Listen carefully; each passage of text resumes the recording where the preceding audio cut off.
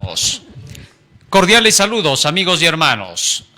Saludos desde el canal El Último Llamado Divino. Hoy vamos a continuar con nuestros estudios de la historia de la Iglesia. En el pueblo de Dios fue necesario establecer el sistema de beneficencia. ¿Qué cosa era eso? Bueno, el sistema de beneficencia era el sistema financiero que se utilizaría en el pueblo del Señor con el propósito de poder cumplir con la misión de terminar la obra del Señor en el mundo entero. Bueno, todos sabemos que el asunto financiero tiene que ver con la proclamación de la verdad de Dios. Así que es necesario que podamos entender cómo funciona la economía en la iglesia. Sin duda, cuando se habla de la parte económica, siempre va a generar controversias. Hay cientos y miles de personas que a veces cuando escuchan acerca de esta parte de la economía no gustan de que Dios tenga que reclamar lo que le pertenece. Por otro lado, también se ve cientos y cientos de movimientos que se levantan tan solo para utilizar esta parte de la economía para beneficio propio. Instituciones de iglesia que se benefician. Buscan solamente la economía y eso nada más les preocupa. Pero por otro lado también tenemos a aquellos que llevan el verdadero evangelio de Dios y que son los únicos que pueden tocar ese dinero sagrado y santo para que la obra del Señor siga avanzando en toda la tierra. Pero eso es lo que vamos a descubrir en nuestro tema de hoy. Vamos a hacer una oración para dar comienzo a nuestro tema.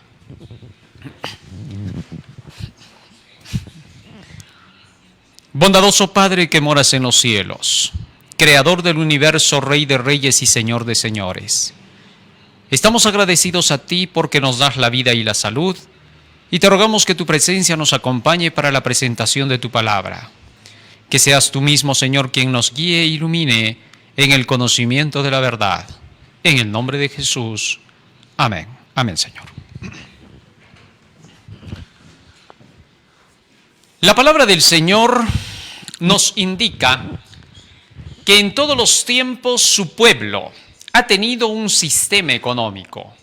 Cuando el pueblo de Israel se levantó como nación, era necesario que tuvieran que existir dentro de esta nación los impuestos. Los impuestos incluían la parte de las ofrendas y los diezmos. Esta era la forma de dar impuesto en el pueblo de Dios. Dicho impuesto tenía que ver directamente con el sistema económico de la nación. Toda la economía del pueblo hebreo estaba centrada en su santuario, en sus creencias y en las leyes que Dios había establecido. A fin de que estas leyes de Dios pudieran ser hechas, se hicieran cumplir en medio de la nación, Dios había puesto sus representantes, desde el sumo sacerdote hasta los sacerdotes y ministros del santuario y todos los demás dirigentes que presidían a esta nación. Para que esta nación pudiera tener un sistema económico, Dios declaró que los diezmos, las ofrendas, las donaciones y los pactos serían parte del funcionamiento económico de la nación. Gracias a esa disposición bien ordenada que Dios estableció en su nación, esta nación comenzó a prosperar y avanzar hasta que el mundo entero puso los ojos en ella. En tiempos de Salomón, dicha nación había llegado al máximo poderío. Pero eso fue gracias a que Dios había puesto leyes que hacían que funcionara todo perfectamente dentro del sistema, tanto civil como financiero y sanitario. O sea, era una maravilla prácticamente todo lo que Dios había enseñado. Pero ahora, para que este sistema del diezmo funcionara, y de las ofrendas y la parte económica, todo esto tenía que estar en relación con la ley de Dios. Tal es así que el diezmo y las ofrendas y todo sistema económico en una iglesia no tendría ninguna razón de ser si la ley de Dios, que es la base primordial, no existiera. Para que la nación funcionara con su mensaje, que hiciera conocer el evangelio al mundo entero, es que Dios estableció el sistema económico. Así que si ya no había ese mensaje que tenía que llevar esta nación, ya ese sistema económico solamente era robo individual e independiente. No servía para nada. Solo hubiera sido para beneficio del ser humano. Ya no hubiera tenido un beneficio para las cosas de Dios. Así que aquí lo que interesaba era permanecer en todas las leyes establecidas que Dios le dio a Moisés para que toda esta nación pudiera funcionar con su economía. El asunto de las ofrendas y los diezmos vienen desde el principio del mundo y Dios las dio más organizada y ordenadamente cuando se estableció el pueblo de Israel.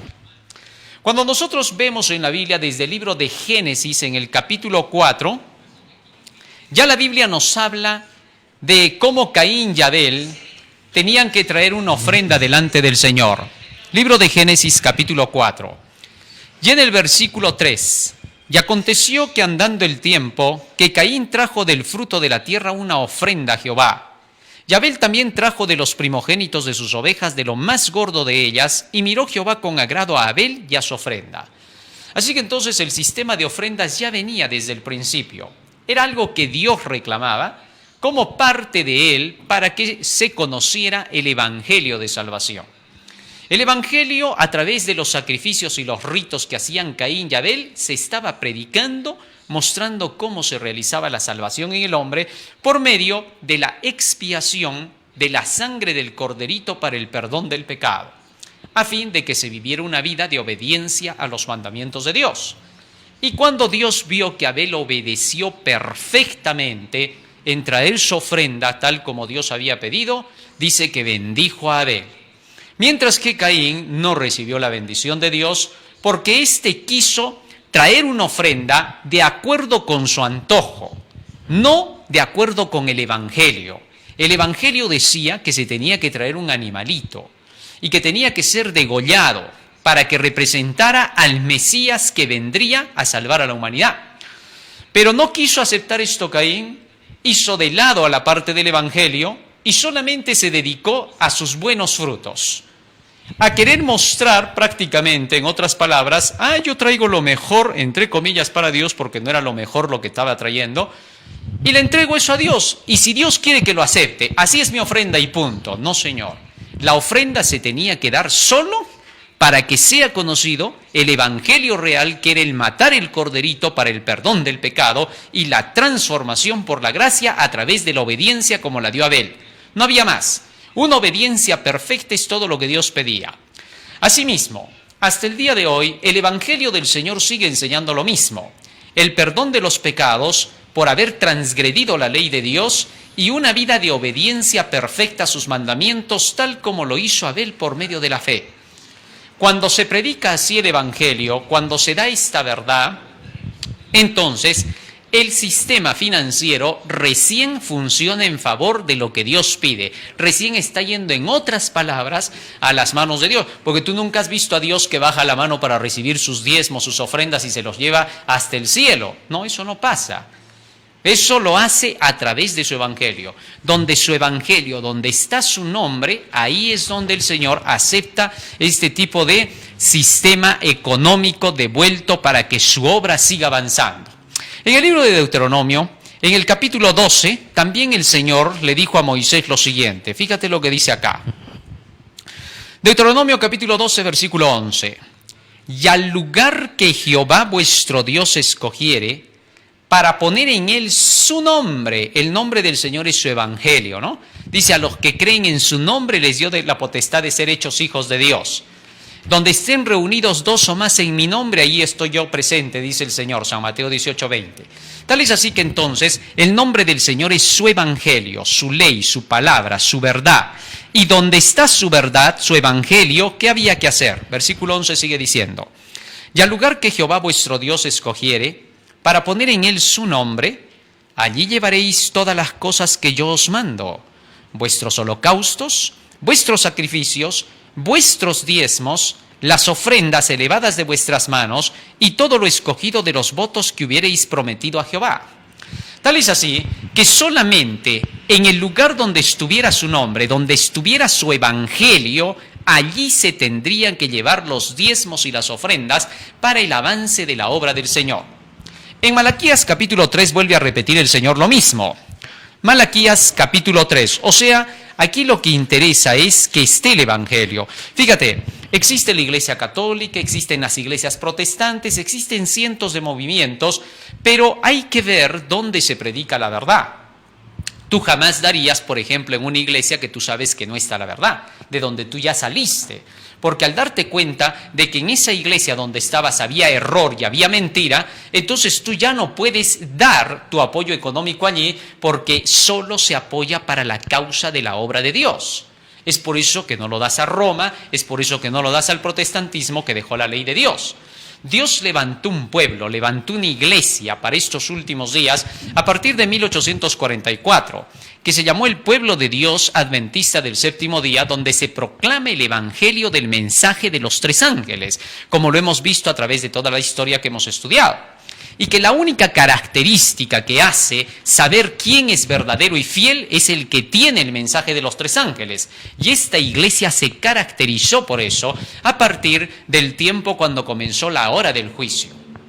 Dentro de nuestra iglesia, ¿cómo funciona este sistema financiero entonces? Malaquías capítulo 3 nos dice así lo siguiente la palabra del Señor.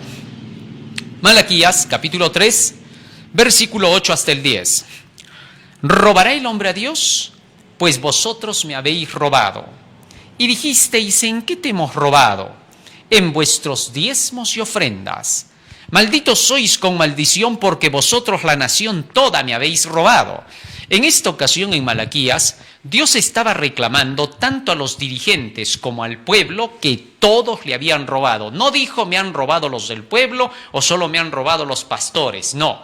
Me han robado todos, pastores y el pueblo, todos son unos ladrones, les dijo el Señor. Ahora, este llamado de atención que les hace en tiempo de Malaquías a los del pueblo del Señor, porque los diezmos y ofrendas obviamente no funcionaban entre los paganos, no les iba a decir a ellos ni siquiera conocían esto. Esto les estaba diciendo a los del pueblo. Entonces les llamó la atención y les dijo, malditos sois con maldición porque todos me han robado. ¿Cómo así? El versículo 10 sigue diciendo, traed todos los diezmos al alfolí y haya alimento en mi casa. El alimento en su casa es la clave acá. El alfolí es la palabra de Dios. Allí donde se traía el trigo, donde se tenía la palabra del Señor y donde la palabra de Dios está, ahí está el alfolí. Por tanto, entonces, cuando él decía, traed los diezmos al alfolí, que haya alimento en mi casa, que haya la predicación del Evangelio, esta era la única razón por la cual se tenía que traer los diezmos. ¿Para qué? Para que se siga predicando el Evangelio de Dios. Si en algún caso ya no se está predicando el Evangelio de Dios, obviamente Dios dice, ahí no llevarás. ¿Por qué? Porque no se está predicando mi verdad. Eso pasa con la iglesia de Roma. Al dejar de predicar el Evangelio, Roma inmediatamente perdió las bendiciones de Dios. Al dejar el protestantismo de predicar el Evangelio, perdió las bendiciones de Dios. Y a nuestra iglesia adventista del séptimo día se le hace el mismo llamado para que tengamos cuidado de que vaya a dejar de proclamarse el Evangelio como debe de ser. Donde hayan personas en nuestro pueblo que estén predicando la verdad, ahí es donde el diezmo funciona. Donde no se predica la verdad, se tiene que llamar la atención para que vuelva la verdad. Y si no se quiere aceptar, pues hay otras iglesias donde se tiene que dar el diezmo y las ofrendas para que la obra del Señor no se detenga. Gracias a Dios, dentro de nuestro pueblo debe de proclamarse el mensaje de los tres ángeles para que este sistema financiero siga funcionando. Pero vamos a ver ahora, a través de los escritos del Espíritu de Profecía, cómo debemos actuar frente a situaciones que se den en nuestro pueblo. Se han levantado últimamente muchos movimientos, algunos que le dicen Babilonia a la iglesia, la atacan, ¿no? Dicen que la iglesia se ha vuelto Babilonia porque se ha mundanalizado y ponen un sinfín de pretextos. Son los movimientos reformistas. Atacan a la iglesia y tratan de declarar que la iglesia, como ya está caída y ya es Babilonia, ya no hay nada que saber con ella. Ese tipo de grupos no están andando de acuerdo con los principios de Dios. Pero por otro lado se levantan otros grupos que declaran que ellos también están siendo parte del pueblo del Señor, pero se dedican solamente a algunos puntos específicos. Hacen de lado los principios del mensaje del Evangelio de los tres ángeles y dicen defender la verdad. Tampoco nosotros podremos estar aliados con esos movimientos. Pero hay otros todavía que se levantan dentro de la iglesia y atacan a los que llevan el mensaje de los tres ángeles.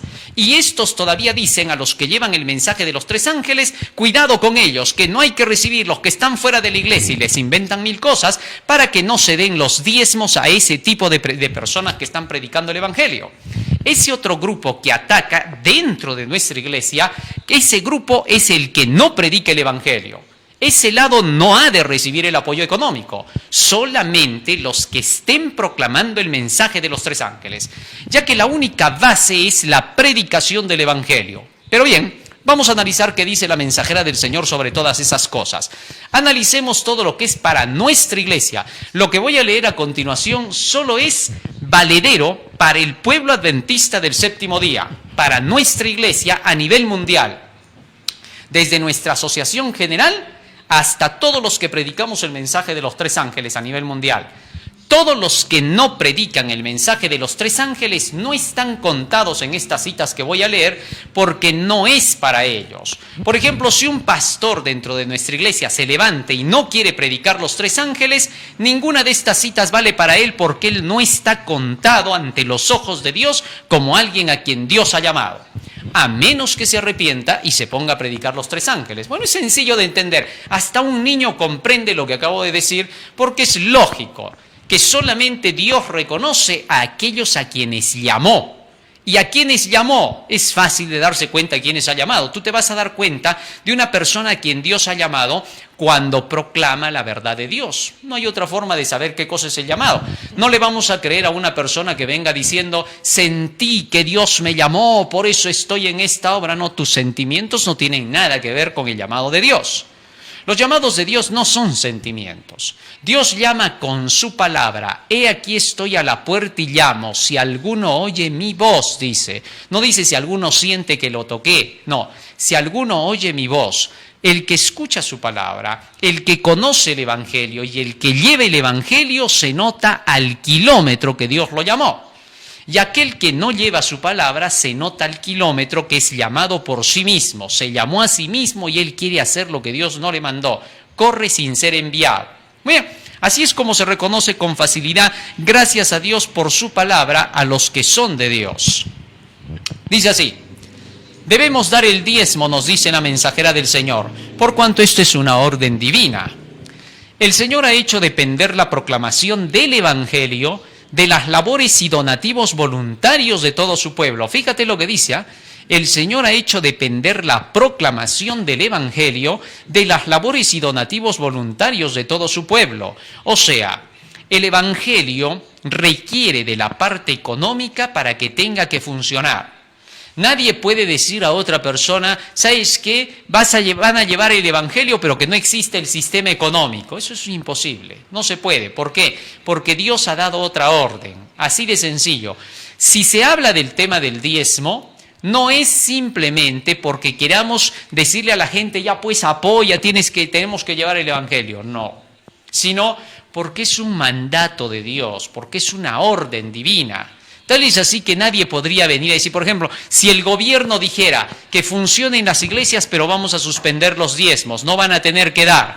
Jamás le haríamos caso. ¿Por qué? Porque el Dios del universo ha mandado que tenga que ser así. Hay que obedecer a Dios antes que a los hombres, dice Hechos 5:29.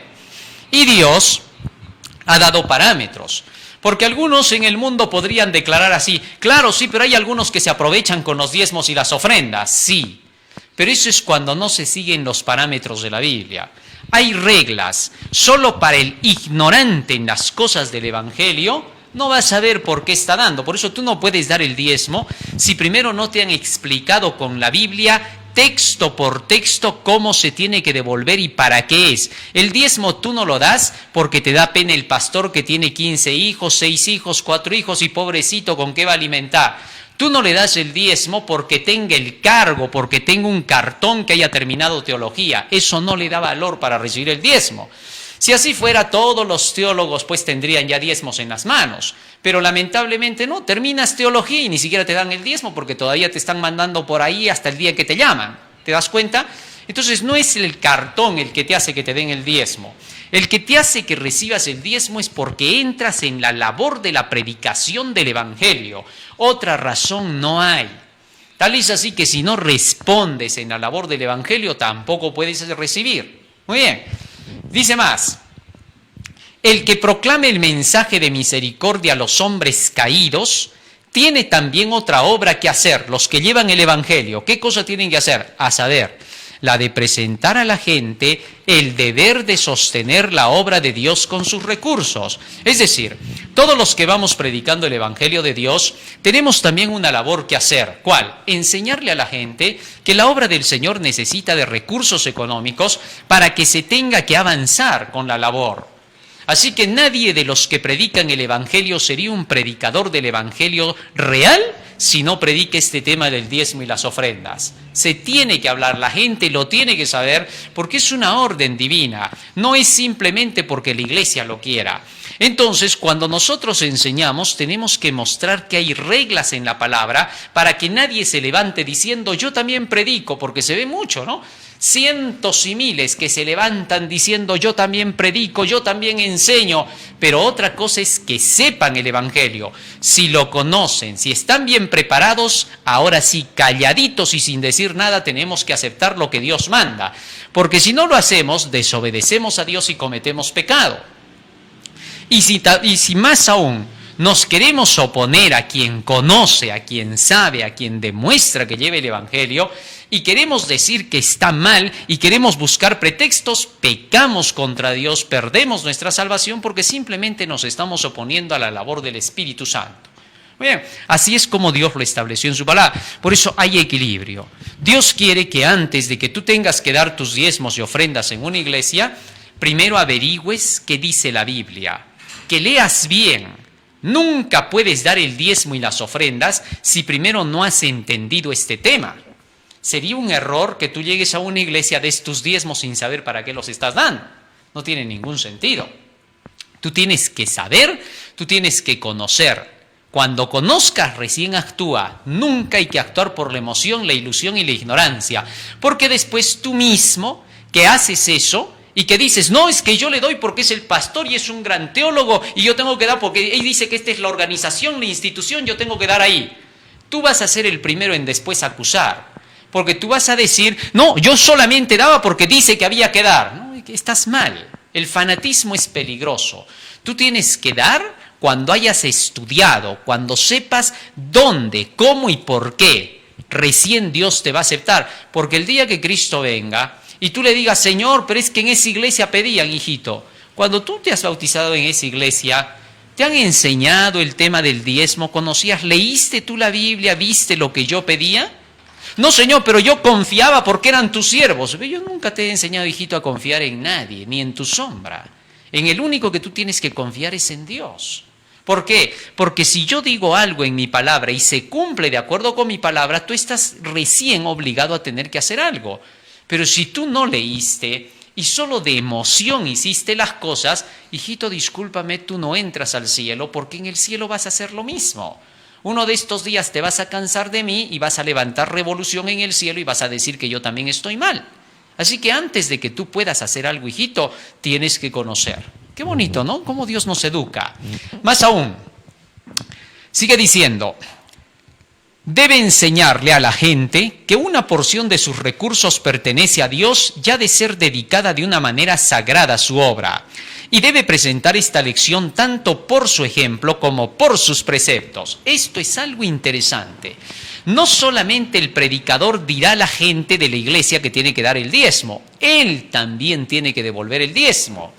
El pastor, el presidente, el que trabaja en la administración de la iglesia, todos dan diezmo, nadie está libre. ¿Por qué? Porque todos vosotros sois hermanos. El cargo no te exime de tener que dar lo que corresponde al mandamiento de Dios. Más aún, continúa diciendo, debe cuidar de que por su propia conducta no reduzca la fuerza de su enseñanza. Obreros Evangélicos 236. Su ejemplo de dar el diezmo tiene que ser visto por el pueblo. Todos deben de saberlo, ¿no? Bueno, a veces se ha dicho, se les descuenta. Bueno, sería bueno ver pues si el descuento existe en realidad o no existe, porque una cosa es decir y otra cosa es que así sea. A Dios le gusta que el asunto sea transparente, ¿ah? Muy bien, sigue diciendo más. Es para los predicadores. Seguimos avanzando. El uno razona, y escucha bien por favor esto. Aquí hay algunas citas que necesitamos comprender bien. El uno razona que el diezmo puede aplicarse a fines escolares. Otros razonan que los colportores deben ser sostenidos por el diezmo. Pero se comete un gran error cuando se aparta el diezmo del objeto al que ha de ser dedicado, a saber, el sostén de los predicadores. Debiera haber ahora en el campo 100 obreros bien calificados donde hay tan solo uno. Fíjate lo que dice aquí la mensajera del Señor. Hay algunos que razonaban que había que utilizar los diezmos para fines escolares. Otros decían para los colportores. Habían otros incluso que decían como fondo de pobres. Hay algunos que incluso dicen, yo no necesito dar el diezmo, yo tengo que dar ese dinero a los pobres, al hambriento, al necesitado, al que esté en la calle. Con eso estoy haciendo mejor obra. No, señor, eso no es verdad. ¿Por qué? Porque hay otros fondos que son para pobres, hay otros fondos que son para construcciones de iglesia, etc. Pero en este caso, el diezmo solo es para un solo sector. Los predicadores, los que llevan el evangelio, sean pastores o sean laicos. Eso es lo que vamos a ver en los siguientes textos, porque a veces esas partecitas no se entienden. O no se las predica o no se las ha querido predicar porque el pueblo no se entere. Hay muchas cosas que necesitamos saber. Continúa diciendo más. Es el salario de la predicación. Aquello que ha sido puesto aparte según las Escrituras como perteneciente al Señor constituye la renta del Evangelio y ya no es nuestro. No comete menos que un sacrilegio el hombre que saca de la tesorería de Dios para servirse a sí mismo o a otros en sus negocios seculares. Algunos han sido culpables de sacar del altar de Dios lo que le había sido dedicado especialmente. Fíjate lo que dice aquí la mensajera del Señor. Aquello que ha sido separado para Dios, es decir, el diezmo, no puede gastarse en ninguna otra cosa. Algunos, dice, han cometido el pecado de sacar de la tesorería de Dios, de sacar del altar de Dios aquello que le pertenece a Dios. Algo interesante que Elena de White dice acá es que algunos han gastado el diezmo, algo que le tenían que dar a Dios. Ahora, cuando dice sacaron de la tesorería, no es que se fueron hasta la iglesia y lo sacaron de los platillos, porque nadie puede sacarlo. Una vez que ya tú lo has dado, eso pasa a las cajas de tesorería y nadie puede entrar ahí. Entonces, ¿a qué se está refiriendo cuando dice sacaron de la tesorería del altar de Dios? Esta es una forma muy simbólica de hablar. Cuando tú en tu bolsillo ya tienes la cantidad que es del diezmo para Dios y tú te la gastas, no la has llevado todavía ni a la iglesia, el solo hecho de que eso ya sea el diezmo, tú ya tocaste de la tesorería de Dios, ya tocaste del altar de la casa del Señor, porque eso le pertenecía a Dios. Hay algunos que piensan que este texto, esta cita, se refiere a los que se sacan después de que han dado a la iglesia. No, señor. La tesorería no es una caja en la iglesia, no te vas a equivocar. No es un altar donde tú vas hasta la iglesia y lo pones, no. La tesorería, el altar, es aquello que tú ya dispusiste que era para Dios, el 10% o lo que le pertenece a Dios. Si ganaste 100 soles, 10 soles son de la tesorería, del altar de Dios. Y cuando tú tocas de la tesorería, del altar de Dios. ¿Te diste cuenta? A eso se está refiriendo Elena de White. Pero hay algunos que han querido hacer pensar que esta cita se refiere a que hay una caja en la iglesia. No, eso es mentira. Nunca vamos a creer cosas que no son.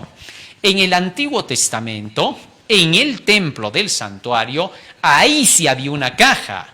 ¿Por qué? Porque el santuario entonces era el Evangelio. Todo ese santuario en figuras y símbolos que ya hemos estudiado, ¿se acuerdan? Era una representación del Evangelio. Y como el Evangelio estaba allí en el templo, todos tenían que traer el diezmo allí, porque ahí estaba el Evangelio. A pesar de que los sacerdotes del tiempo de Jesús ya no predicaban ellos el Evangelio, no podían quitar algo. ¿Qué cosa? El ritual. Todavía funcionaba. Y mientras el templo estuviera funcionando con su ritual hasta que Cristo fue crucificado y se rompió el velo, todavía hasta allí se tenía que seguir llevando el diezmo a ese lugar porque seguía la verdad ahí adentro. Aunque los dirigentes, y escúchalo bien, aunque los dirigentes ya no predicaban la verdad estaba en el santuario, en el templo, en cada figura y símbolo y rito. Por tanto, entonces ahí se tenía que llevar el diezmo. Y cuando la mujer pobre, la viuda pobre, llevó sus moneditas, sus ofrenditas de todo lo que tenía, Jesucristo la justificó porque ella dice que lo puso en la caja del tesoro de ahí de la iglesia, del templo, del santuario. Pero con la muerte de Jesucristo, ese templo se terminó. Las figuras y símbolos pasaron ya a quedar atrás y ahora Jesucristo era la representación. Por tanto, ahora, después de la muerte de Jesucristo, ya no era necesario tener que dejar allí los diezmos y las ofrendas porque terminó ese sistema. Y por eso la Biblia nos dice en el libro de Hechos que los diezmos y las ofrendas y todo lo que tenían lo traían a los pies de los apóstoles para que ellos tuvieran que hacer la obra. Así pues, entonces el sistema de diezmos y de ofrendas pasó a la labor de los que llevaban el Evangelio. Y en 1 Corintios 9:14, el apóstol Pablo declara acerca del diezmo: a los que llevan el Evangelio, que vivan del Evangelio. Ya no era más en el altar antiguo, porque él mismo declara que eso era para el Antiguo Testamento. Antes dice del altar participaban, pero ahora en el Evangelio, los que llevan el Evangelio viven del Evangelio. Vamos a leerlo para que podamos entender y luego vamos a ver qué nos dice el espíritu de profecía más acerca de esto. 1 Corintios, capítulo 9, versículo 13 y 14 dice: ¿no sabéis que los que trabajan en las cosas sagradas comen del templo y los que sirven al altar del altar participan, refiriéndose al santuario? Así también, versículo 14, ordenó el Señor a los que anuncian el Evangelio que vivan del Evangelio. O sea, ahora el sistema pasaba a los que llevaban el Evangelio. Muy bien. Entonces no confundamos, por favor, la caja de la tesorería simbólica para ahora de lo que era en el pasado, que existía un arca en el templo. Ahora la tesorería es de forma simbólica, donde el Evangelio está y donde tú separaste. Desde el momento que tú separas el 10%, desde ese momento, si tú tocas eso, ya tocaste la tesorería. Vamos a volver a leer la cita. Vamos a un poquito desde el inicio para volverla a leer. Necesitamos que esto se entienda. Escúchalo bien.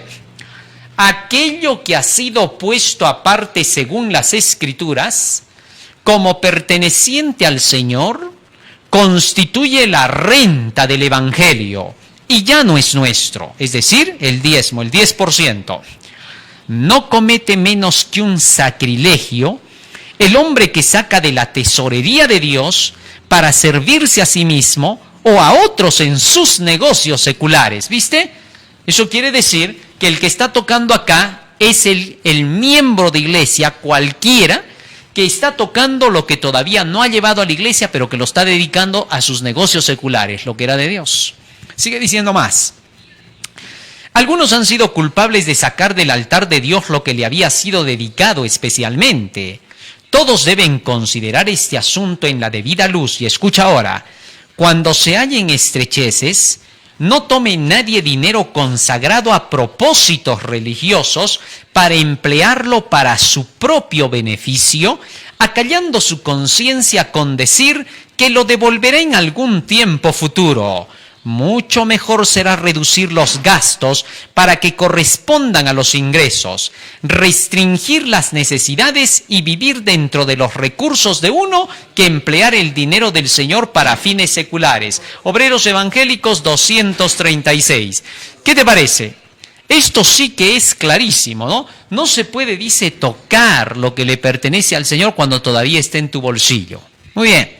Sigue diciendo más la mensajera del Señor. No se usa para ninguna otra cosa que no sea predicar. Dice: Dios ha dado indicaciones especiales acerca del uso del diezmo.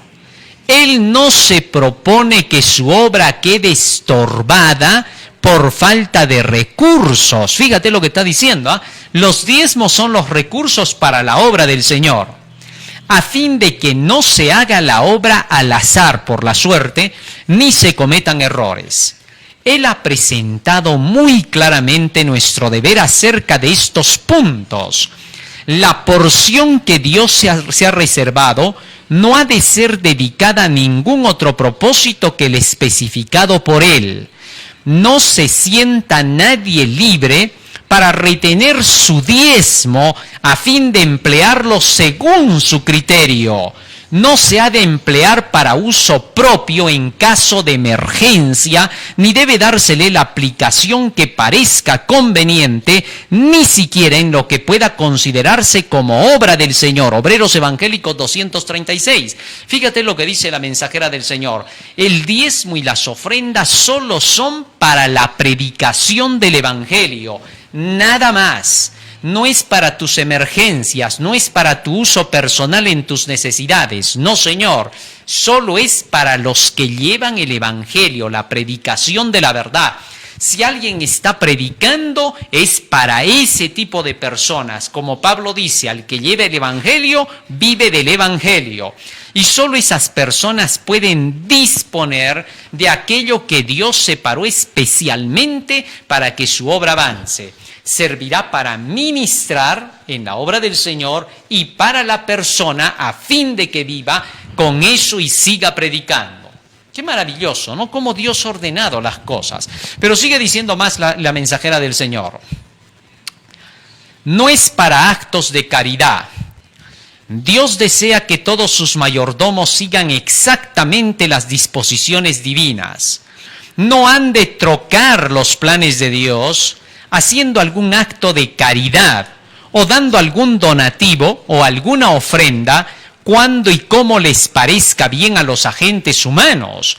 Es un método muy deficiente para los hombres tratar de mejorar el plan de Dios e inventar un cambio, sacando a luz sus buenos impulsos en esta o en otra ocasión y oponiéndolos a los requisitos de Dios. Fíjate lo que está diciendo la mensajera de Dios, ¿eh?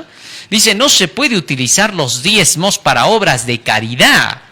Ni aún el hombre puede mejorar la forma en que Dios ha dado su mandamiento, diciéndose que van a hacer algún bien a la sociedad. No, Señor, porque eso le pertenece a Dios. Fíjate, Dios dice, ese 10% es mío, para mi obra, es mi empresa. Tú no puedes venir y decirle a Dios, ¿sabes qué? De tu empresa vamos a utilizar tu 10% para obras de caridad. ¿Por qué? Porque nos parece que es lo correcto. No dices que eres Dios de amor, entonces vamos a usar para eso. Tú no le vas a enseñar a Dios cómo se tiene que emplear lo que es de Él. Eso no tiene ningún sentido. ¿Te imaginas que tú le quieras incluso cobrar impuestos a Dios? Es increíble, en algunas naciones han querido sacar leyes para que dice que estos diezmos de Dios también paguen impuesto. Eso no tiene sentido. ¿Cómo le vas a cobrar impuestos a Dios? ¿Qué hay en tu cabeza para llegar a razonar tan mal? Tú le tienes que pagar los impuestos a Dios por vivir en su planeta. Todavía te está prestando aquí el lugar. O sea, no tiene sentido. Pero bueno, eso se ha visto, ¿no? Y se ha reclamado y se ha puesto en su lugar a esos senadores, congresistas, diputados que han estado queriendo hablar sobre una cosa que a ellos ni siquiera les pertenece ni la pueden tocar porque quedan fulminados por Dios, al igual que USA. Porque hay cosas que no se pueden tocar por parte de la política y el gobierno. Un gobierno jamás puede disponer cómo se tiene que dar la función del diezmo, porque el día que lo hace queda condenado por Dios de inmediato y maldecido por Dios, porque dice malditos sois con maldición. Entonces, hay niveles, pero de eso vamos a hablar en otro momento, porque ese es un tema trascendental que ahora se quiere manejar en el mundo. Pero bien, sigue diciendo la mensajera del Señor, Él ha dado a conocer su plan. Y todos los que quieran cooperar con Él deben llevarlo a cabo en vez de atreverse a intentar mejorarlo. Obreros Evangélicos 237. O sea, el sistema del diezmo, tal como Dios lo ha dado en su palabra, ya no puede ser mejorado. ¿Por qué? Porque Dios ya lo ha hecho perfecto. Todo lo que hay que hacer es someterse a pie juntillas a lo que dice el escrito está. Muy bien, sigue diciendo más. No es para fondos de iglesia. Su pueblo de hoy ha de recordar que la casa de culto es propiedad del Señor, la iglesia, la estructura, la construcción, y que ha de ser escrupulosamente cuidada. Pero los fondos para esta obra no han de provenir del diezmo. Obreros Evangélicos 238. Quiere decir que los diezmos no se pueden utilizar para construcciones de iglesia, salvo emergencias que a veces se ven, que eso lo vamos a estudiar en otro momento. Pero hoy el diezmo no se utiliza para construcciones de iglesia, no es para arreglos de iglesia, no es para necesidades de iglesia. El diezmo solo tiene una función específica y es proclamación del Evangelio para los que predican el Evangelio, nada más. Muy bien, sigue diciendo el espíritu de profecía. No debemos dejar de darlo porque algunos predicadores sean desordenados. Ahora, quiero que aquí entendamos bien esta cita, porque estas citas a veces se han hecho controversiales. Algunos no las han leído como deben de ser y las han torcido. Evitemos torcer las escrituras cuando las leemos completas. Por eso están las citas acá para que tú busques las fuentes. Dice acá, escúchalo bien. El uno razona que el diezmo puede aplicarse a fines escolares. Otros razonan que los colportores deben ser sostenidos por el diezmo. Pero se comete un gran error cuando se aparte el diezmo del objeto al que ha de ser dedicado, a saber, el sostén de los predicadores. Debiera haber ahora en el campo 100 obreros bien calificados donde hay tan solo uno. El diezmo es sagrado, reservado por Dios para sí. Fíjate hasta aquí. Acuérdate, unos razonan que hay que darle a los colportores, otros dicen para fines escolares, o sea, quieren alejar al diezmo de lo que en realidad es para la predicación, para los predicadores del Evangelio. Y sobre eso sigue diciendo la mensajera del Señor. El diezmo es sagrado, reservado por Dios para sí. Ha de ser traído a su tesorería para ser empleado en el sostén de los obreros evangélicos en su obra. Fíjate lo que está acá reclamando la mensajera de Dios. Esto no es para colportores, esto no es para fines escolares, esto es para poder utilizarlo para los obreros evangélicos, los que llevan el evangelio. Sigue diciendo más. Durante mucho tiempo el Señor ha sido robado porque había quienes no se daban cuenta de que el diezmo es la porción reservada por Dios. ¿A quién le está reclamando? A los que decían que el diezmo era para colportores y para fines escolares. Estos que querían que el diezmo vaya para colportores y fines escolares, miren ahora lo que dijeron cuando se les reclamó que así funcionaba lo de Dios. Sigue diciendo. Algunos han estado descontentos y han dicho, no pagaré más mi diezmo. ¿Quiénes dice? Esos que decían que preferían dar a colportores y fines escolares. Esos son los que decían, ya no voy a pagar más mi diezmo porque no tengo confianza en el modo en que se manejan las cosas en el centro de la obra. Ellos eran, no querían dar para que se predique el evangelio, querían dar a la forma que ellos decían. A pesar de que la Biblia dice que solo es para la predicación de la palabra, estos razonaban y decían, no, a los colportores y a los fines escolares. No, señor. La mensajera de Dios les dijo, cuidado con lo que hacen. Seguimos leyendo. Sigue diciendo, no pagaré más mi diezmo, dicen estos, porque no tengo confianza en el modo en que se manejan las cosas en el centro de la obra. Pero ¿robaréis a Dios porque os parezca que la dirección de la obra no es correcta? Fíjense a quién le decía Elena de White, ¿robaréis a Dios? A esos que querían desviar el diezmo y ya no dar para la predicación, sino para otros fines. Recuerdo que en una ocasión un pastor se iba diciendo por nuestras iglesias, ya no necesitamos iglesias, hermanos, vamos a hacer microempresas. Vamos a dedicar ahora la obra a microempresas, que así se predica mejor el evangelio con el ejemplo, todavía decía. Pero el ejemplo era su bolsillo, las microempresas. Y todavía se amparaba en lo que tenía que ver con la obra filantrópica de ADRA. Increíble. Y entonces iba diciendo a las iglesias, hermano, ya cierra la iglesia, la vamos a hacer microempresa. No, Eso es imposible. Eso es desviar el diezmo del cauce correcto. Desviar la economía para otros propósitos que Dios no ha pedido. Este tipo de personas es precisamente aquellos a quienes Elena de White le hace llamado. Porque entonces se le dijo a este pastor, no, porque usted está jalando para su lado, entonces no voy a devolver mis diezmos y voy a enseñarle a la iglesia que no devuelvan, dijo porque necesitamos microempresas. Quiso desviar el cauce del diezmo por otro terreno. Tenemos que tener cuidado. Sigue diciendo la mensajera de Dios. Ella dice, enviad vuestras peticiones para que se ajusten y pongan las cosas en orden. Pero no os retiréis de la obra de Dios, ni os demostréis infieles porque otros no estén haciendo lo recto. Obreros Evangélicos 238. ¿Qué te parece? Ahora la mensajera del Señor hace llamado a este tipo de personas que quieren desviar el diezmo de lo que es la predicación del Evangelio a otros fines y les dice, no os retiréis de la obra, presenten vuestras quejas con corazón sincero, vayan a quienes conocen y que les muestren con la palabra del Señor cómo es el funcionamiento, pero no se retiren de la obra. Retirarse de la obra, ¿qué cosa significaba? No querer apoyar para la predicación del Evangelio. Querían hacer otras cosas. Así que no torzamos las Escrituras.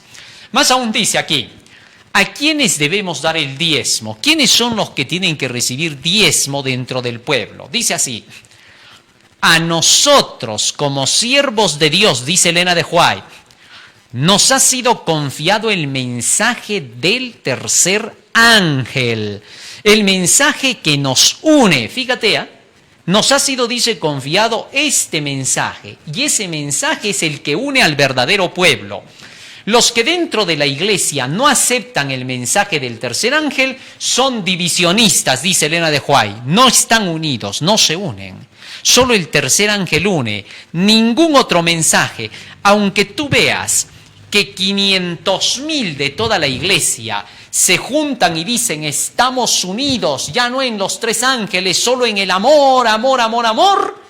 Esos son divisionistas. Así parezcan más unidos y así sean ellos 500,000 y los del pueblo que lleve el tercer ángel solo sean 100,000. No interesan, los números no mandan en la iglesia. Lo que manda es dónde está la verdad. La cizaña es mayor siempre que el trigo. La Biblia enseña, muchos son los llamados, pocos son los escogidos. El hecho de que sea un número mayoritario la cizaña no prueba que la cizaña sea el lado correcto. Solo los que tienen el mensaje de los tres ángeles y los llevan al mundo son el pueblo de Dios, son el trigo. Así lo dice Eventos de los Últimos Días, página 14. Dice la mensajera del Señor en esa cita, el tercer ángel es el ángel que ha de separar el trigo de la cizaña y sellar y atar el trigo para el granero celestial. Así que entonces, dentro de la iglesia, todos los que creen en el tercer ángel son el trigo. Esa es la característica. Si tú crees en el tercer ángel, si estás en Estados Unidos, estás en Francia, Japón, donde quiera que estés, si dentro de la iglesia tú crees en los tres ángeles, tú estás del lado del trigo. Pero si tú rechazas el mensaje de los tres ángeles, así te comportaras como un ángel del cielo, eso no te hace ser parte del trigo. ¿Comprendiste? El apóstol Pablo dice, así un ángel del cielo venga y nos diga otro evangelio, que sea anatema. Así que no te confundas por eso, es sencillo. Tú te pones de parte del tercer ángel, ya eres el trigo. Donde quiera que estés, y en todas nuestras iglesias hay trigo y cizaña. Sí, porque a veces cuando se dice que solo los que llevan el tercer ángel y están con el tercer ángel son el trigo, hay algunos que dicen, entonces todos los demás que somos cizaña. No saques mal las cuentas. Si no quieren aceptar el tercer ángel, solo se constituyen en cizaña. Pero no cuentes a todos porque tú seas así. Si en una iglesia hay un hermano, 2, 3 hermanos que creen en los tres ángeles, y hay 20 hermanos que no quieren aceptarlo porque quieren seguir viviendo sus diversiones en este mundo, no vas a decir cuando se predique que solo los que están en el tercer ángel son los del trigo, no vas a decir, entonces has dicho a toda la iglesia cizaña. No. Si tú eres de los que no creen los tres ángeles, tú eres cizaña y reconócelo para que por lo menos te arrepientas y te vuelvas hacia el lado del trigo. pero no cargues a toda la iglesia queriendo sembrar a toditos y decir, no, lo que pasa es que nos han dicho la cizaña porque dice que no creemos en los 3 ángeles. Mentira. Tú has sentido eso porque eres tú el que no quieres creer y quieres sembrar en los demás odio contra el mensaje del tercer ángel, haciendo pensar que se está discriminando a todos los demás. No hay que mentir. Dios no es de la mentira, así que por favor no engañes. Solo los que creen en el mensaje de los 3 ángeles dentro de toda nuestra iglesia son el trigo. Y obviamente la cizaña no va a hablar bien del trigo porque los odia. Entonces va a decir, mentira, esos que llevan el tercer ángel lo están haciendo solo para su beneficio. Ellos más bien son los que se han separado de la iglesia. Eso te va a decir la cizaña, porque jamás vas a creer que la cizaña te va a decir, sí, los que llevan el tercer ángel son los santos de Dios, así que hay que decir que ellos sí están avanzando. Eso no va a decir la cizaña, te va a odiar. Sea pastor o sea laico, quien no quiere al mensaje de los 3 ángeles va a odiar y no va a hablar bien de ti. Es lo lógico, es lo normal que tenga que pasar. Muy bien. Sigue diciendo la mensajera de Dios. A nosotros como siervos de Dios nos ha sido confiado el mensaje del tercer ángel. El mensaje que nos une, que ha de preparar a un pueblo para la venida de nuestro Rey. El tiempo es corto. El Señor desea que todo lo relacionado con su causa sea puesto en orden. Él desea que el solemne mensaje de amonestación, hablando del tercer ángel, que el solemne mensaje de amonestación y la invitación sean proclamados tan ampliamente como sus mensajeros puedan hacerlo. Los medios que vengan a la tesorería han de ser usados sabiamente para sostener a los obreros. ¿De qué obreros está hablando? Dice, de los que llevan ¿qué mensaje? Tercer ángel. ¿Te diste cuenta? Y dice, deben ser utilizados sabiamente para sostener a los obreros.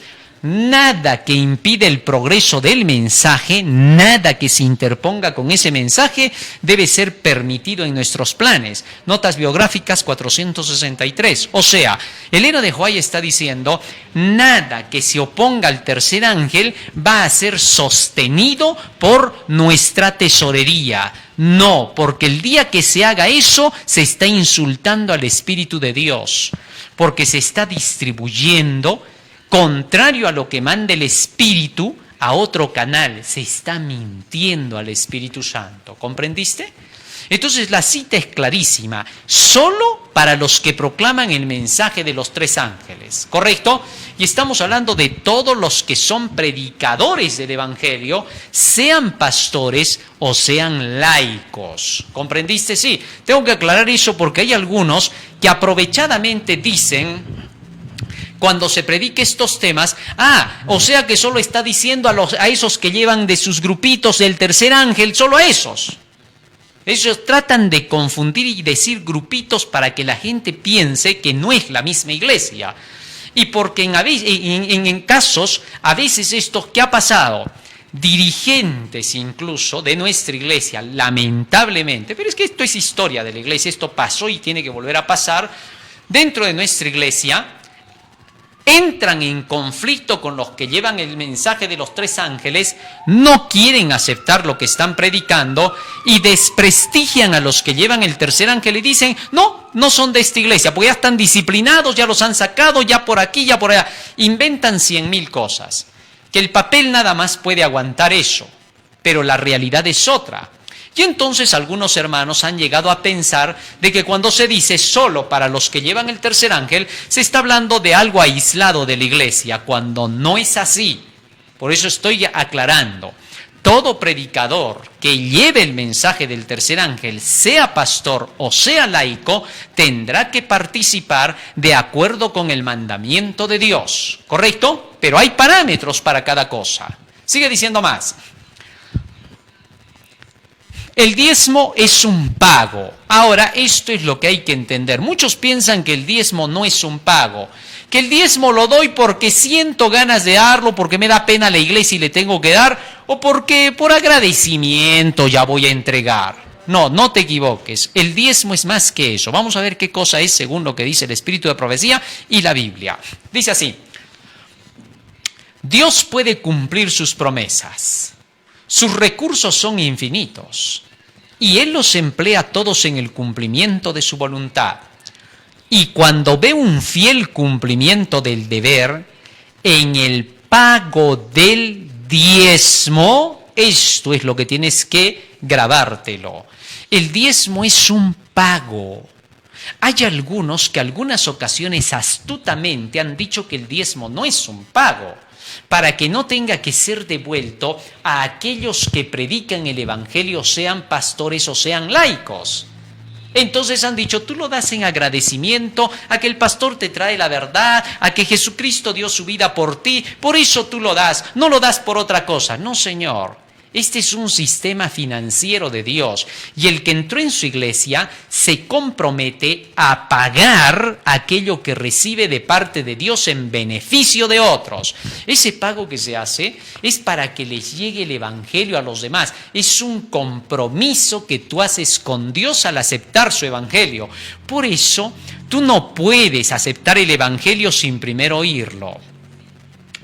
¿Cómo vas a reconocer a un falso pastor que solo busca la economía? Fácil.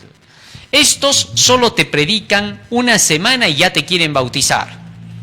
O al primer día, si es posible, ya te quieren bautizar.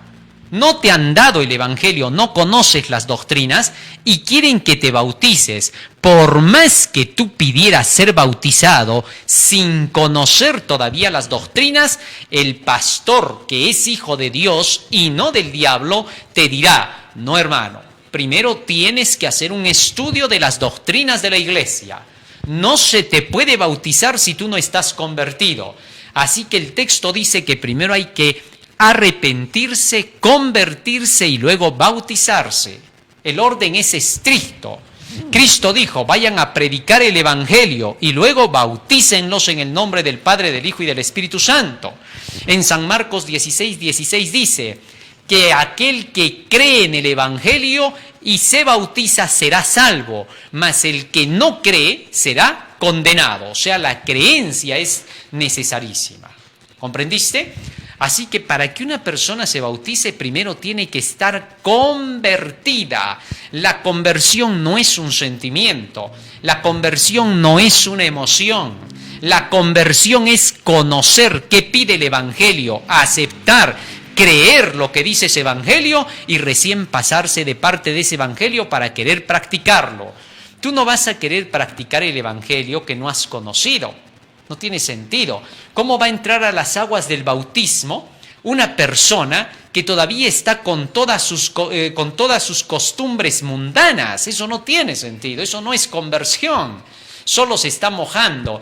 A una persona, para que valga su bautismo, tiene que ser una persona que se ha convertido a Cristo y que ha decidido hacer la voluntad de Dios, que va a hacer cambios en su vida, y eso solo puede ser cuando entendió el evangelio.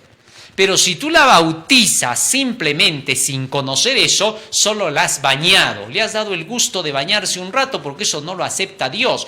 Así tú dijeras, ¿cómo vas a decir eso? ¡Qué pena! ¿Qué pensará el catecúmeno que se ha bautizado así? Puedes decirlo, pero la verdad es una y es incambiable. Persona que entró a las aguas del bautisterio sin convertirse, en el cielo no está registrada para salvación, por muy sincera que sea. La sinceridad no cambia las cosas, ¿comprendiste? La persona no debe ser engañada, debe ser evangelizada. Saca el engaño y pon el evangelio en su lugar. Entonces, cuando veas a un predicador que solo está pensando en bautizar, ese solo está buscando dinero. Hay que tener cuidado, porque dentro de la iglesia el predicador no busca bautizar, busca convertir, salvar. Fíjate lo que dice en 1 Corintios capítulo 1. Muchos podrían estar en contra de lo que estoy mencionando. No interesa, pero la Biblia dice la verdad.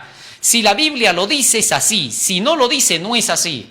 Así que pase lo que pase, diga lo que se diga, y aunque muchos incluso digan, oye, pero vas a echar abajo la economía de la iglesia, así ya no van a haber bautizado. Puedes decir, porque eso no va a pasar. Al contrario, cuando se hacen las cosas bien, Dios bendecirá, el Espíritu Santo aumentará el número. El texto es claro cuando dice, y el Espíritu Santo traía a los que iban a integrarse en el pueblo del Señor y aumentaba el número. Así no eres tú. No son tus planes, no son tus métodos, son los de Dios los que se tienen que seguir. Pablo decía así, 1 Corintios capítulo 1, versículo 17. Pues no me envió Cristo a bautizar, sino a predicar el Evangelio, no con sabiduría de palabras para que no se haga vana la cruz de Cristo. Más claro no puede ser. Muy bien, sigue diciendo más el espíritu de profecía. Qué bonito, ¿no? Aprender así con la Biblia y el espíritu de profecía con claridad. Dice, y cuando ve un fiel cumplimiento del deber en el pago del diezmo, porque va a ser el sueldo del predicador, a menudo en su sabia providencia abre caminos para que aumenten los ingresos. ¿Quién dice que abre los caminos para que aumenten los ingresos? Dios. Su palabra. El que cumpla la disposición de Dios en lo poco que le haya sido dado, recibirá el mismo pago que aquel que da de su abundancia. Obreros Evangélicos 234. Para que pruebes de que en realidad el diezmo es un pago, Hebreos capítulo 7, verso 9. Léelo en tu Biblia. Sigue diciendo más. Abraham pagó el diezmo. El sistema del diezmo era ordenado por Dios y había sido observado desde los tiempos más remotos. Abraham, padre de los fieles, pagó. Ahí está. Ahí ves. ¿Qué dice ahí? Pagó diezmo de todo lo que poseía. Los gobernantes judíos reconocían la obligación de pagar diezmo y eso estaba bien, pero no dejaban a la gente libre para ejecutar sus propias convicciones del deber. Ahora fíjate en esto. Cuando tú tengas que pagar el diezmo a la iglesia, tú tienes que pagar sabiendo para qué lo estás haciendo. Aquí dice claramente, los gobernantes judíos reconocían la obligación de pagar diezmo. Hasta ahí estaba bien, porque eso es lo que manda la Biblia, pues el pago del diezmo. ¿Cuál era su mal? Pero no dejaban a la gente libre para ejecutar sus propias convicciones del deber. Es decir, que a la gente sistemáticamente le robaban, le decían, mira, acá la Biblia dice que tienes que dar el diezmo, más acá dice que eres maldito si no das, y más acá dice que nos tienes que dar. Y la gente decía, sí, pero también la Biblia dice que primero se tiene que predicar la verdad para tener que dar. ¿Cómo? Estás faltando el respeto a las autoridades. Eres un disidente. ¿Quieres venir aquí a remover las reglas de la iglesia? No, lo que pasa es que la Biblia dice, traed los diezmos, pero que haya también comidita en la casa del Señor. O sea, la predicación. O sea que tú eres rebelde. O sea, según tú no estamos dando el evangelio. Entonces, ¿de qué nos ocupamos acá cada sábado? No, pero lo que está pasando es que ustedes no están predicando lo que la Biblia dice, lo que dice la palabra del Señor. Y estos dirigentes lo primero que decían, ¿cómo? ¿Tú vas a venir a enseñarnos a nosotros? ¿No sabes que nosotros somos acá los que hemos estudiado en las grandes escuelas rabínicas? ¿Tú vas a decirnos que estamos mal? Así era como abusaban y robaban al pueblo. Oiga, todas las iglesias pueden sacar citas de la Biblia que dicen, traed los diezmos, malditos sois con maldición. La Biblia dice que hay que dar. Muy bien, la Biblia lo dice, pero también dice bajo qué condiciones. No es simplemente que cualquiera agarra su Biblia y dice, estoy predicando y por eso tengo que... No, Señor, hay que ver si está predicando el evangelio correcto. Hay que saber que esté llevando la verdad. Por eso eres tú el que da, el que decide cuándo, cómo y dónde. Nadie te puede obligar. Solo Dios te pone la obligación sagrada sobre la base del evangelio. Puede ser que en esa iglesia donde das, los dirigentes sean imperfectos como todo ser humano, pueden cometer de repente errores, no por eso vas a dejar de dar. ¿Por qué? Porque no vas a encontrar ni una sola iglesia en el mundo donde tú digas, acá los pastores ya son ángeles, estos ya no cometen ni un solo error, por eso yo les voy a dar. Ese día nunca va a llegar. El decir eso es poner un pretexto para no querer dar. Así que esa no es base para dejar de dar el diezmo. Pero si no predican el evangelio, así se porten como angelitos dentro de la iglesia, así tú los veas como santitos de yeso, eso no prueba que les tengas que dar el diezmo. El diezmo y las ofrendas solo van cuando hay la palabra de verdad de Dios. Entiéndelo bien. Esa es la única característica. Si no se predica más el Evangelio en una iglesia, se suspende toda economía a esa iglesia. Así hiciste con la Iglesia Católica Romana. ¿Por qué? Porque dejó de predicar el Evangelio. Así hiciste con las protestantes que dejan la ley de Dios, porque dejó de predicar el Evangelio. Y en nuestra iglesia, por eso se predica el Evangelio, el mensaje de los tres ángeles. Pero si hay un dirigente que no está cumpliendo con su deber, entonces la iglesia, al ver que no predica los tres ángeles, se acercará y le dirá: ¿cómo es? ¿Vas a predicarnos el alimento o nos vas a traer aquí paja seca cada sábado? Tú decides. La iglesia manda, no te olvides eso. A veces choca cuando se mencionan cosas como estas, ¿no? Pero si tú mismo lees dentro de las reglas que se han establecido más allá de la Biblia, que no debería de ser, porque solo la Biblia es la que vale, te vas a encontrar con que la autoridad está en el pueblo. Si el pueblo dice que un predicador que viene cada sábado no le está trayendo la verdad, el pueblo lo puede remover. Está en todo su derecho, su autoridad, porque Dios ha puesto la autoridad ahí en toda su iglesia. ¿Correcto? Esto puede a veces no gustar a un dirigente, pero es la verdad y él lo sabe. Ellos lo conocen muy bien y deben hacer que se acate, porque eso los salva a ellos. Porque entonces se van a ver obligados a predicar el mensaje que Dios ha establecido para su iglesia. Es amor de Dios el que haga que la iglesia le reclame al dirigente cuando no está predicando a los tres ángeles. Qué bonito, ¿no? Muy bien, vamos a la parte final. Y luego vamos a continuar la segunda parte de este tema, porque este tema es sumamente importante. El diezmo debe ser un pago fiel. El plan de la benevolencia sistemática, el diezmo y las ofrendas, fue ordenado por Dios mismo. Pero el pago fiel de lo exigido por Dios es a menudo rehusado o postergado, como si las promesas solemnes no tuviesen significado. ¿Qué le llama aquí Elena de White otra vez?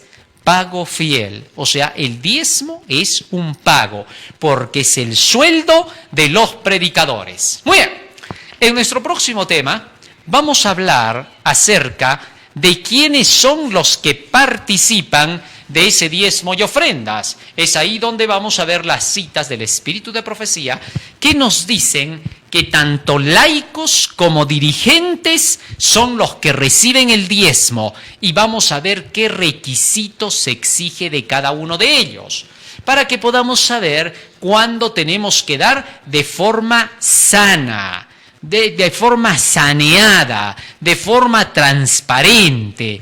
No podemos ser como niños que no han crecido en la fe y que simplemente digamos: es que dice que tengo que dar y por eso yo doy. Porque caerías en el asunto del fariseísmo. Fíjate esto. Un día, un pastor decía: yo no soy ningún disidente. ¿Por qué? Devuelvo mis diezmos acá a la organización, en mi iglesia. Así que por eso yo soy un adventista real. Y muchos le dijeron: has sonado a muy fariseo. El fariseo decía: yo soy aquí un hijo de Abraham. ¿Por qué? Devuelvo mis diezmos como debe de ser. Por eso yo soy parte de esta organización judía. Cumplo mis deberes, ayuno 2 veces a la semana. No soy como el adúltero este que está a mi lado, este ladrón impío, injusto, publicano. Bueno, hay que tener cuidado. El que tú tengas que dar tus diezmos tan solo por dar, sin saber dónde y cómo, no te hace cristiano por ningún lado. Al contrario, te hace fariseo completo, porque no sabes por qué lo estás dando. Un cristiano es aquel que sabe dónde da, para qué da y por qué da. Así que si tú te dices cristiano solo porque tú dices: yo devuelvo donde sea, pero devuelvo, olvídate, Dios ni siquiera te va a reconocer. Va a llegar el día final y te va a decir: disculpa, mijito, pero ¿sabes qué? Tenías tus ideas sacadas de tu cabecita, de tu propia filosofía. No estás respaldado por lo que estaba escrito. Te lo imaginaste, lo hiciste ley para ti. No hay nada que hacer por tu caso. A Dios no le importa tu humanismo, por favor. Eso es lo primero que tienes que entender. Tú no puedes mejorar las reglas de Dios. Dios ha dicho que tiene que ser de una forma y tú tienes que hacerlo de acuerdo con esa forma. No hay otro camino. O seguimos el camino establecido por Él o estamos perdidos. Muy bien, Vamos a hacer una oración para terminar con nuestro tema, diciéndole al Señor que nos ayude a cumplir, pero a cumplir como está escrito, no como sentimos que debería de ser, porque si no, vamos a volvernos sentimentales en lugar de ser cristianos. No se necesita en el camino de Dios gente cursi. Necesitamos gente obediente a los mandamientos de Dios. Cuando la gente sea obediente a los mandamientos de Dios y deje la cursilería, recién estaremos caminando seguros. Vamos a orar. Bendito Padre que moras en los cielos, te agradecemos mucho por tus palabras benditas y gloriosas, porque hemos comprendido, Señor, claramente lo que tú enseñas en tu verdad, porque tu verdad es infinita, porque tu palabra, Señor, es el escrito está, y solo vivimos por ese escrito está. Te rogamos que nos ayudes a atesorar estas palabras en nuestra mente y en nuestro corazón, y que sean el motor que impulse nuestras acciones, porque te lo rogamos en el nombre de Jesús. Amén. Amén, Señor. Muy bien, querido hermano, no olvides compartir estos temas. Estamos a través del Face, estamos en YouTube, estamos en Twitter. Así que puedes compartir a través de estas redes sociales con todos tus amigos, hermanos, vecinos, parientes, con todos en la iglesia. No temas, porque todo lo que estamos hablando solo es el escrito está para que lo conozcan. Los que lo reciban con amor recibirán la bendición de la salvación. Los que lo rechacen no podemos obligar a nadie, pero podemos orar por ellos para que el Señor los despierte y sigan oyendo. Pero comparte, por favor, haz que todos conozcan, que se viralice este mensaje final. Estamos también a través de YouTube a las 9 y a las 3 de la tarde con Daniel y el Apocalipsis. También estamos a través del hashtag del último llamado divino y también estamos a través de publicaciones del tercer ángel del último llamado divino. Magazine de Buena Fuente. Allí tenemos también los temas de Daniel y el Apocalipsis, donde estamos proclamando la verdad de la historia de la iglesia, el santuario y muchos temas más. Así que tenemos bastante material. Radio Líder, 5 de la tarde, AM 1240, FM 987. Dios te bendiga, querido hermano mío. Amén.